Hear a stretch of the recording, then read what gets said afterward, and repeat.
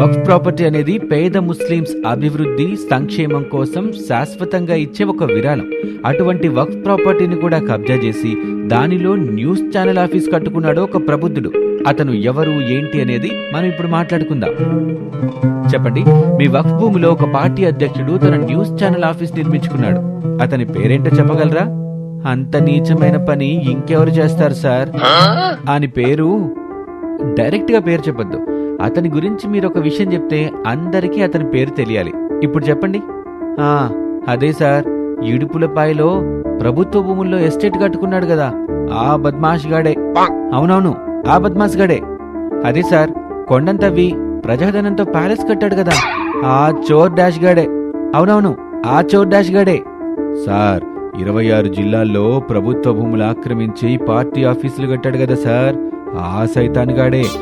అవునవును, ఆ సైతాన్ గాడే. ఫారెస్ట్ ల్యాండ్స్ కబ్జా చేసి సరస్వతి పవర్స్ అని ఇండస్ట్రీస్ పెట్టాడు కదా సార్, ఆ కమీనేగాడే. అవునవును, ఆ కమీనేగాడే. అతని పనులు చెప్పి అతనెవరో చాలా స్పష్టంగా చెప్పారు. చివరిగా ఇప్పుడు మీరు ఏం చెప్పాలనుకుంటున్నారు? రేయ్ 6093, మా పేద ముస్లిమ్స్ జోలికి వచ్చినావు. 2024లా 151 నుండి 11కి తెచ్చినాం. నెక్స్ట్ టైం పక్కా 11 నుండి 1కి తీసుకొస్తాం, యాదుంచుకో.